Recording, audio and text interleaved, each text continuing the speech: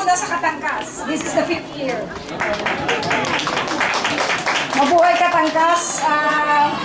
Congratulations to the new sets of officers. It's nice to see new faces and old faces. Pero I think nagustuhan ko yung sinabi ni Vice Consul na Infinity 8. I think we should make that as our symbol this year. Number 8. Infinity 8. Buenas. Walang katapusan, no? Talagang tuloy-tuloy. Okay? So, I think the message for me is really to say that masaya ako na nakikita ko lumalakas ang Katangkas.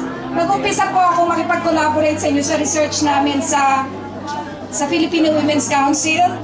At sana po, ngayon, make this year a year of proyekto. Kasi, ang handog sa puso, doon na-attract ang mga researchers namin dahil isa lang kayo na community na talagang nagkaroon ng konkretong proyekto na naibigay sa Pilipinas.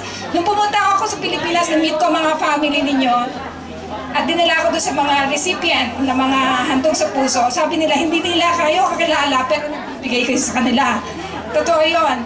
At kaya kayo kilala sa buong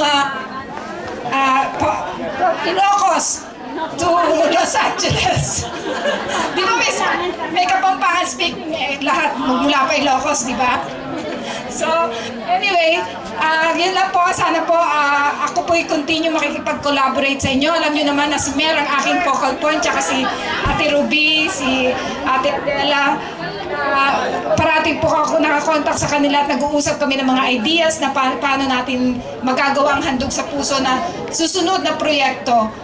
Feel free to call me anytime, Chair, at saka Presidente. Lahat kayo po kung meron kayong kailangan na advice para sa mga proyekto. Thank you.